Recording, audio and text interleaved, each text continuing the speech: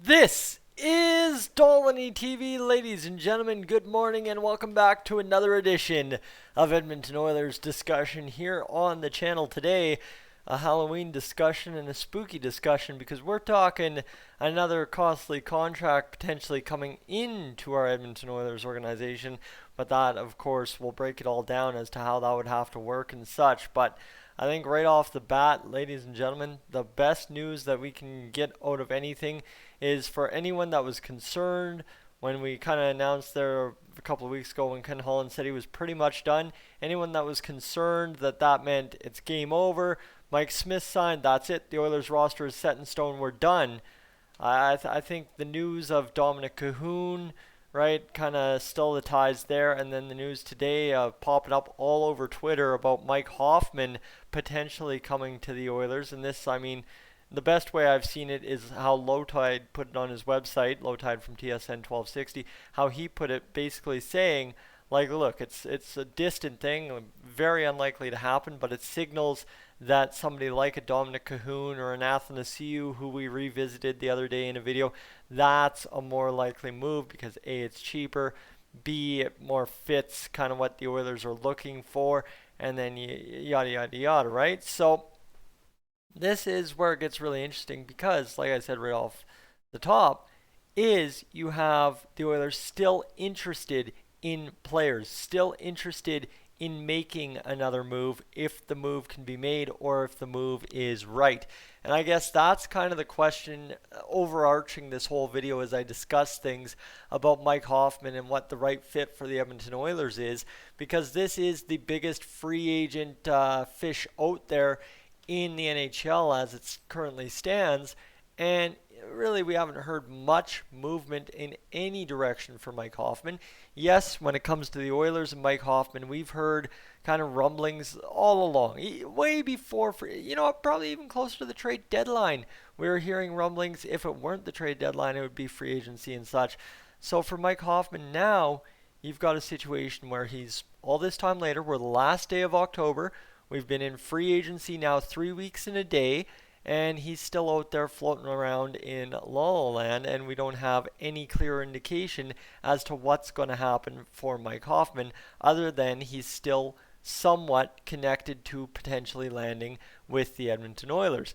Now, the number one thing we have to talk about, as we talk about with Dominic Cahoon, Andres Athanasiou, Derek Brassard, any of these guys, is you have to find a way to clear some cap space. And even if you are signing a guy dirt cheap, right? Even if you're signing that guy for $700K, putting Clefbaum and LTIR, yeah, you got the cap to do what you need to do and sign Bear. And you know what? You probably got about $1 million in cap space, $2 million in cap space to use, and then you're flying, right? But that's the issue, is you need to have as much cap space going into the season, because for the Oilers and this whole new reality of what the next hockey season is going to look like is another topic we've seen pop up across Twitter and the NHL kind of conversations, is now we're 3 weeks into free agency. We're getting into that land where these guys might not get contracts till training camp and they come in on a PTO and get the job done. Well, that's tough, right? That's tough, because if you go into training camp with no cap space to work with, or else just LTIR money, signing a guy to a contract after a good PTO is not going to work to your advantage. You probably see him, oh, well, you can only give me 850. I'm going to go to Calgary, for instance. We've maybe seen that before. Go to Calgary and sign for 900, right?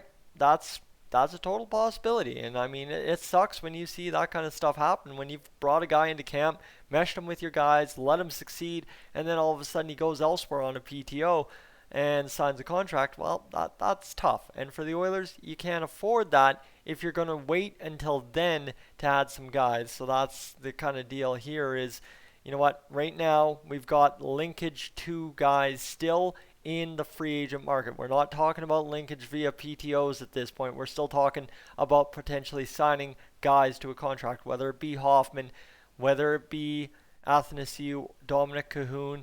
Another name everybody wants to keep mentioning, but I've honestly seen almost absolutely nothing about it, Anthony Duclair. So you keep seeing names pop up, but still nothing tangible. However, the fact that the names are still popping up and they're still linked to the Edmonton Oilers is what's tangible. And that's the best part this morning about coming home and seeing, okay, yeah, you know what? Mike Hoffman is still linked to the Edmonton Oilers, and there's a little bit of buzz on Twitter today about it. That's huge because it just gives us that little bit of hope, right? I guess that's the thing.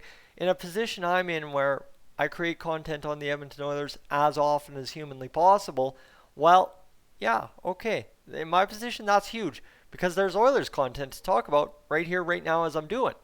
But in terms of being a hardcore Oilers fan who's like, man, you can never improve enough. You can never get this roster to where I think 99.9% of fans will say, job's done, let's go win the Stanley Cup. I don't think that'll ever happen.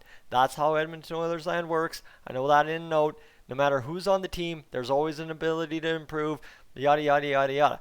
Well, ladies and gentlemen, that is to feed that kind of craving to always improve, just seeing these names still linked. And Low Tide did a very good job of kind of breaking it down, as I said, on his website of how he goes from Mike Hoffman is, yeah, would be nice, probably doesn't work, 99% based on what I'd say doesn't work. So, yeah, you know what? Forget about him. But the fact that that's an idea means Cahoon, Athanasiou, Declare, any of those guys are a lot more likely for the Oilers than you would see in any other event, right? If you didn't see a Mike Hoffman linked to the Oilers, you'd probably not hear many other guys linked to the Oilers. Because if you're not potentially looking at adding the big fish out there in the free agent market, when the Oilers are noted to have a hole on the left wing, as I really don't see it, but everybody else keeps mentioning it, and I think you just give Joakim Nygard a chance. But again, a week ago I gave a video about Joakim Nygard staying in Europe. So, I mean, what I know doesn't count for much. So, end of the day, you look at everybody else out there in Oilers land, the actual media guys talking about, yeah, you know what, this is a hole we'd like to upgrade, or the right shot, seventh defenseman situation. Trying to find that one right guy in the last deal, and you got to find a way to get that under the cap and everything like that. Well, that's huge to still see, and of course, it's huge to just try and nail it down, right?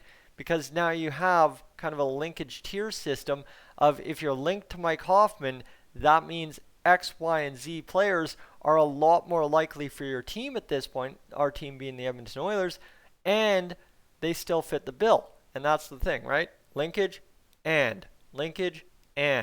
And that's kind of what we're seeing about everything I've read about Mike Hoffman and the Edmonton Oilers this morning on Twitter. Low Tide, like I said, put it best, but it's just kind of that it's nice to see something of substance out there in Oilers land, still being talked about, improving, still talking about filling a hole and getting the job done because, right, at this point, what else do we have to talk about?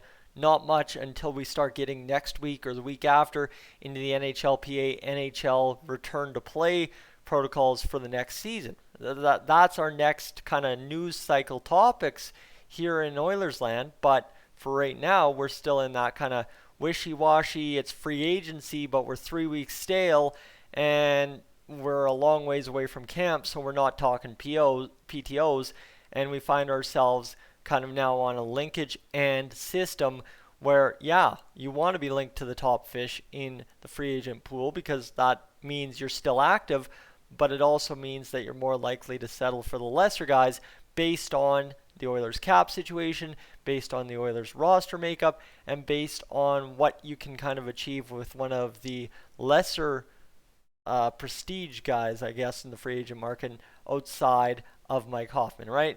Yeah, you know what you're getting in Andres Athanasiou, except for you have no clue what you're getting in Andres Athanasiou.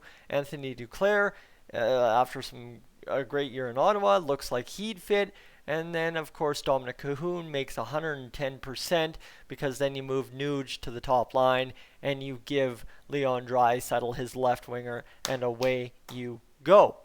Simple enough, right? Simple enough.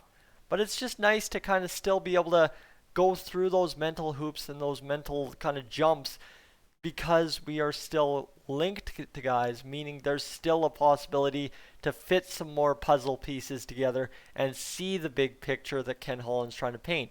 But I will always circle back. The question always is, who do you move? what do you move to get that cap space? Because as I said right off the top, right, you've got about 700K now. You need to sign Bear. You've got LTI money coming for Clefbaum, more than likely. And you need to find a way to fit another guy, maybe even two, depending on what happens with PTOs, under the cap. So somebody has to go. And if you're looking at it, if you're signing Mike Hoffman, somebody big has to go, right? Somebody massive has to go, like an Adam Larson or straight up an Oscar Clefbaum contract has to go. You have to find somebody out the door at $4 million to find a Mike Hoffman in the team. But if you're talking like a Cahoon, an Athanasiou, a Duclair, you're probably talking you can part with Alex Chiasson, leave one of the European guys in Joachim Nygaard, Patrick Russell, or Gaetan Haas in Europe, and away you go. You've got one of those guys. You've parted with an extra right winger, and you've got room to probably still sign Bear and a guy and enact the LTIR money, and away you go. Hands tied or hands untied. Wash your hands. Good to go. But end of the day, right? Look at how much joy this brings to me on a Saturday morning, and just simply the fact of being able to talk. The fact that we're not done potentially because we're still linked to the biggest fish in the free agent market. And straight up, this is not a numbers game with Mike Hoffman. I don't have to play like this is why Mike Hoffman. I'm not trying to convince you on Mike Hoffman. What I'm trying to convince you on is don't give up hope yet that there's still something to come, because here we are in a linkage and system when it comes to our next move if we do indeed make a move. Ladies and gentlemen, I'm Tyson. This is Dolany TV. Thank you so much for tuning in. I will catch you in one later today. Now I botched the ending. You know what? I'm just going to shut this off, and we'll just talk to you later.